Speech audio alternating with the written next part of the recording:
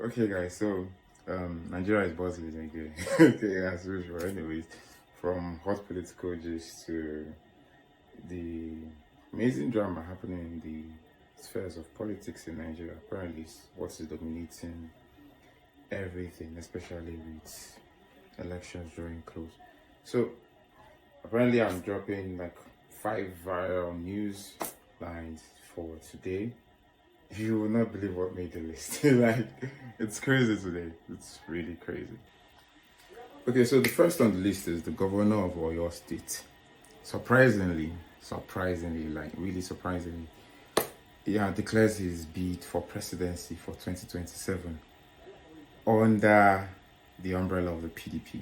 And he would say this in his congress in Oyo State, where there was a major congress, a combined congress between the APM and the PDP, where they all made another statement, surprising agreement, where all members of the parties for PDP and APM would run for both governorship, Senate, House of Reps under the umbrella of the APM.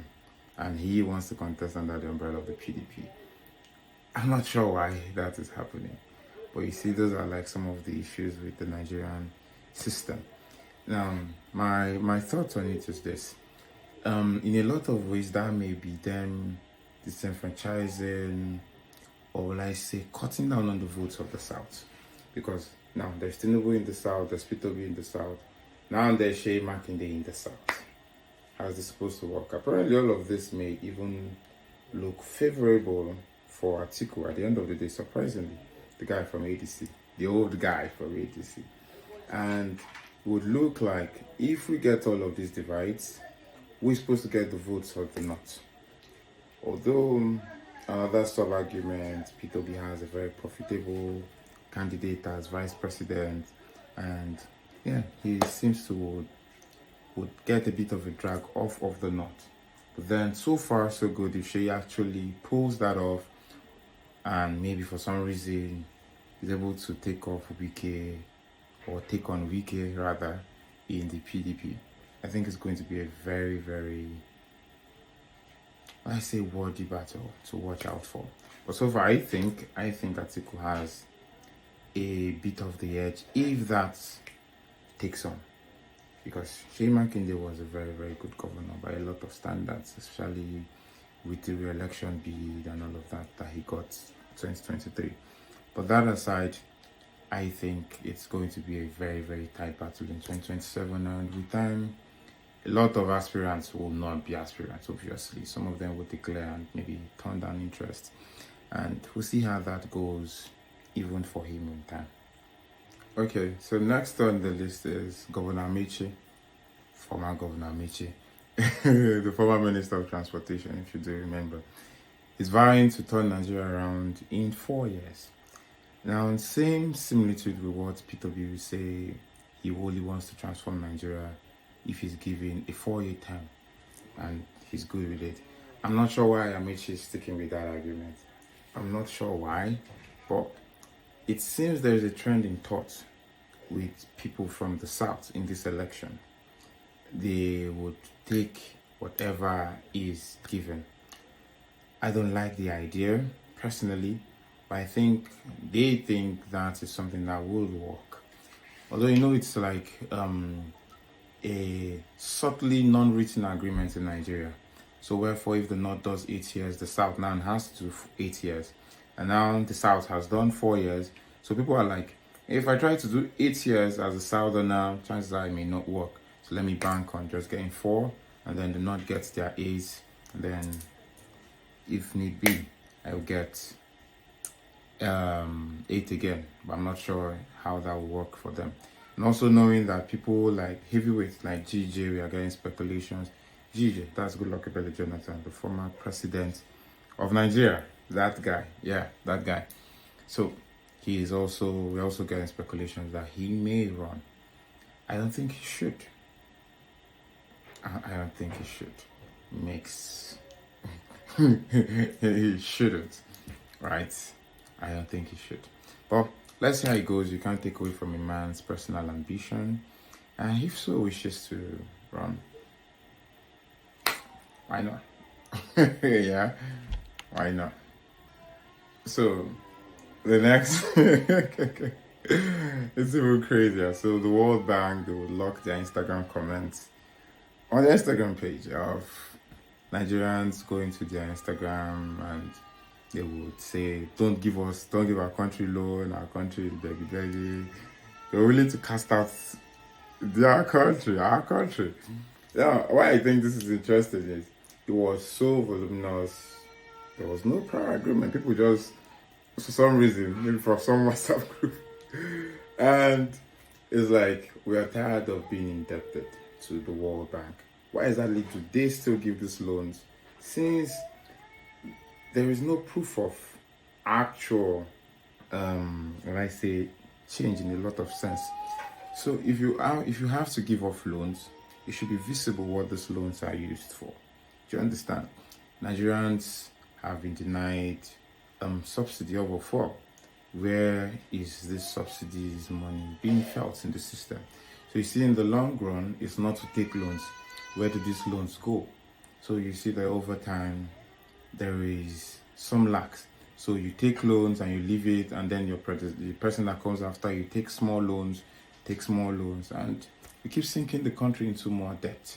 So even if I think in Tinubu's time there is better debt servicing than when Buhari was there, but then you would see that there is still an increase in the debt collection, and it's not just okay for a country like ours that is so richly blessed. It makes no sense by any standard, by any measure, by any look of things, not by any comparison with any country that has even half the resources that we do have. So it's why don't give us, man, don't give us. So the next we see the all-powerful Minister of Abuja, Wike, and he's casting out on Nigerians. I'm not sure why, especially people in Abuja. So he's saying Nigeria wants good infrastructure, Nigeria wants like a change in the country, and they're not willing to pay tax. And it doesn't make sense for him to say that, especially since he's in Abuja. So like literally there are a lot of ways the government tax people. And now even if you go to certain bars to get like a basic drink, you see VAT, you see a lot of even consumption tax. Like in variable spaces, you park, you get taxed and all of that. So is it that he wants people to do the actual submission of tax, wherefore they know how difficult it is for a lot of Nigerians to survive? I'm not sure where his mind is driven at, but I think it's an interesting thought. It's interesting not because it's good, but I think it's interesting because it comes from a place of negligence. Are people supposed to pay tax off of what? Do you understand? How much do these people really make? What is the standard of living that you prefer to these people that you so duly want to tax the hell out of them? Do you understand? So, and now from what you've received, what are you doing with it? Although there's a lot of credence to his work in Abuja, of the amount of roads he's building, yeah, I think he gets that as a plus to his name.